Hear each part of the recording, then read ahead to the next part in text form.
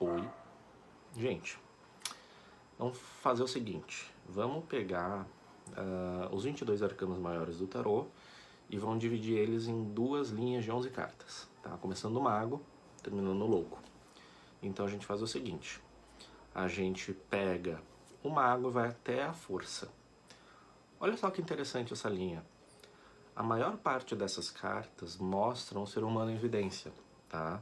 O ser humano é o personagem que ocupa a maior parte do espaço imagético, ou seja, ele tem um certo destaque, né? Isso só não vai acontecer na carta dos enamorados, onde tu tem 3 seres humanos que ocupam o mesmo espaço da imagem, e tu tem ali uma figura celestial ocupando um destaque um pouquinho maior. E a gente vai ter a roda da fortuna, onde em alguns tarôs nem tem um ser humano, né? Mas se a gente olhar para essas cartas, o ser humano ele sempre tem um certo poder, não é? Ele tem uma coroa, ele tem um cetro, um trono, ele está muito bem vestido, está abrindo a boca de um leão, sabe? Ele está se movimentando. Essas 11 cartas, elas fazem parte do que a gente chama de via solar, tá? Via solar. A palavra solar, ela vai dar certos atributos que vão falar em o quê? Em expansão, racionalidade, vão falar nessa questão mais linear, apolínea, né? E aí, quando a gente está falando dessa via solar, a gente está falando do caminho que a gente entende pela maioria das coisas, que é um caminho de quê? É um caminho mais racional, de começo, meio, fim. É um caminho de eu aprendo, eu estudo, eu reflito, aí eu aplico, né? Aí vem a questão da primeiro a teoria, depois a prática. Aí vamos pensar o seguinte, do pendurado até o louco acontece o contrário. Por quê? O pendurado começa com um ser humano amarrado, né, em posição de prisioneiro. E aí, essas cartas, tu vê que a partir do pendurado, o ser humano ele começa a perder destaque. Ele começa a aparecer menor, ele às vezes não aparece. As cartas elas dão destaque a outras coisas.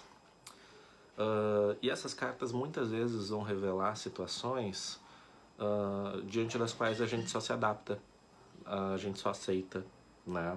Não é uma questão de eu estou no controle. Isso está imageticamente comprovado ali. É uma questão de a vida está me obrigando a fazer tal coisa e eu vou e aceito. Se eu quero sobreviver a isso, né? Se tu quer teimar contra, é problema teu. Isso é a via lunar, tá? A via lunar, ela vai falar muito mais daqueles momentos da vida em que acontece algo que geralmente está fora do nosso controle e a gente é obrigado a se adaptar e aí nasce uma reflexão. Aí nasce uma mudança mais interna. A via lunar ela é muito mais introvertida.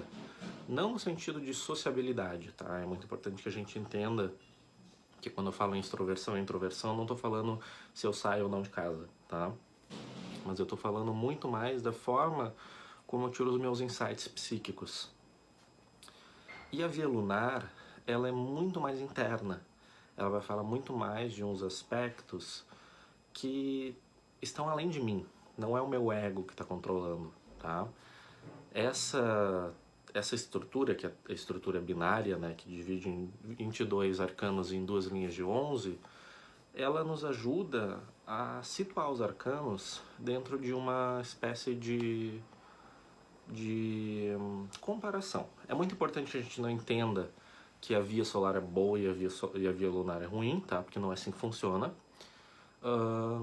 E ela consegue, com essa comparação, a gente consegue fazer o seguinte, pensar, então quer dizer então que assim, se eu coloco em linha, começa 1, 2, 3, né, até 11, e embaixo eu coloco, vou botar uma imagem aqui, eu tenho ali, eu tenho pendurado, 12, 13, até o louco. Então, num certo sentido, o mago e o louco têm alguma relação. Interessante. A gente vai ter a papisa e o mundo também em alguma relação. Que tipo de relação é essa? E aí a gente começa a ter algumas reflexões em relação ao tarô que são bem bacanas. Inclusive eu sugiro que vocês façam esse tipo de reflexão, que vocês olhem para esse arcano, olhem para a contraparte dele e pensem numa relação entre os dois. Ou então pensem no arcano dentro dessa estrutura. Então quer dizer que a força é o último arcano da via solar. O que isso quer dizer? Como eu vou aplicar isso? Por que isso é importante? Pesquisem sobre isso, deem uma refletida. De novo, eu recomendo e Sugiro que vocês postem aqui sempre os resultados, falem comigo. Em breve vai ter mais assunto sobre isso, vai ter uma live sobre esse assunto também. E a gente está falando o quê? Que os arcanos eles têm uma organização. Essa organização ela muda ao longo do tempo, tá? Ela muda muito. E é sempre muito interessante pensar nesse aspecto, tá? Isso aí. Beijo.